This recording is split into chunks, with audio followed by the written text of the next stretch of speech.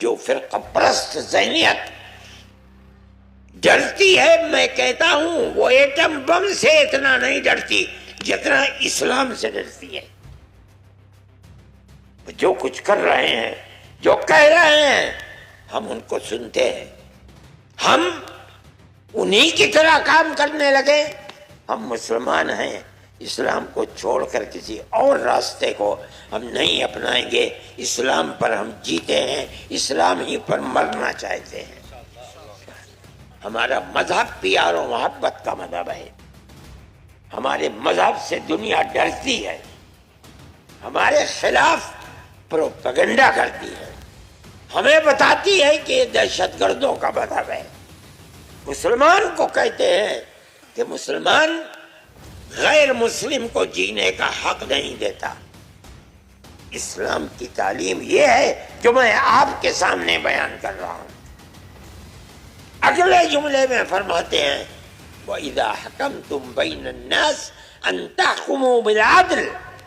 اگر ہندو اور مسلمان کا جھگڑا ہے، عیسائی اور مسلمان کا جھگڑا ہے، یہودی اور مسلمان کا جھگڑا ہے، وہ دونوں متفق ہیں کہ اے مسلمان تم فیصلہ کر دو۔ قرآن کیا کہتا ہے؟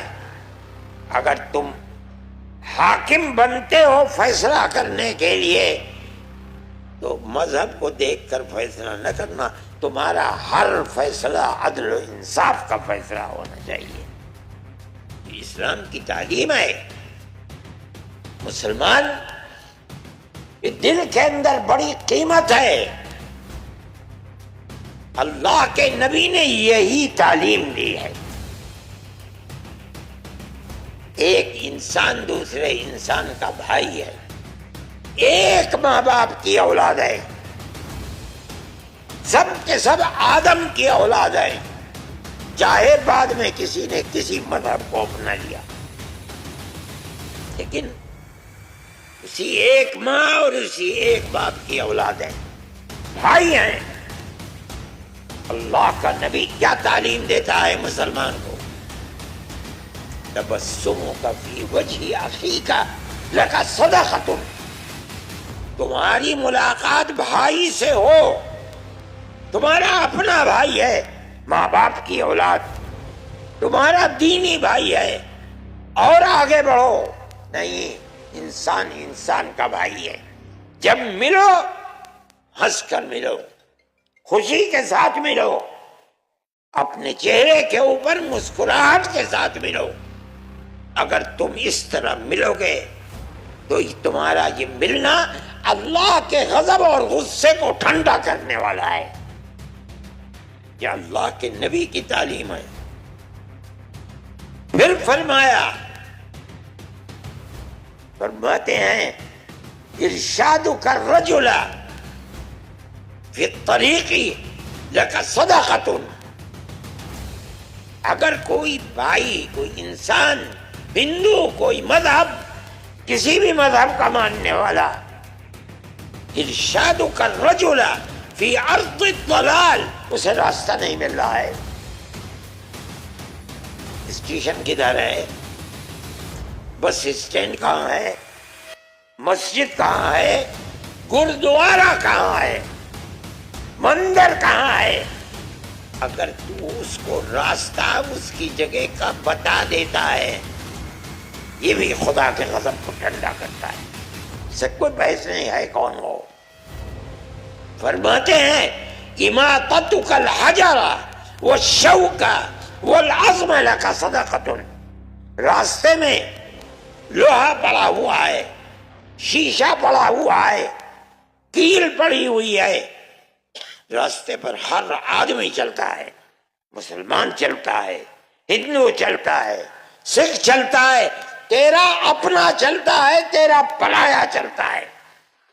اللہ کا نبی فرماتا ہے اگر تو نے اس چیز کو ہٹا کر ایک طرف پھینک دیا تاکہ کسی چلنے والے کو نقصان نہ پہنچے، اللہ کا غضب اس پر بھی ٹھنڈا ہوتا ہے۔ یہ ارشاد، یہ تعلیم ہے اللہ کے نبی کی، یہ مسلمان کے اسلام کی تعلیم ہے۔ فرمایا افراغ کا من دلوی کا فی دلوی اخیک لک صدقۃ، تو اگر کنویں سے پانی نکال رہا ہے، تیرے پیچھے کوئی اور کھڑا ہے، تو پانی نکال کر اپنے برتن کو بھرنے سے پہلے دوسرے کا برتن بھر دے، مت اس پر بھی خدا کا غضب ٹھنڈا ہوتا ہے۔ یہ اسلام کی تعلیم ہے۔ کون کہہ سکتا ہے کہ اسلام دہشت گردی کا مذہب ہے؟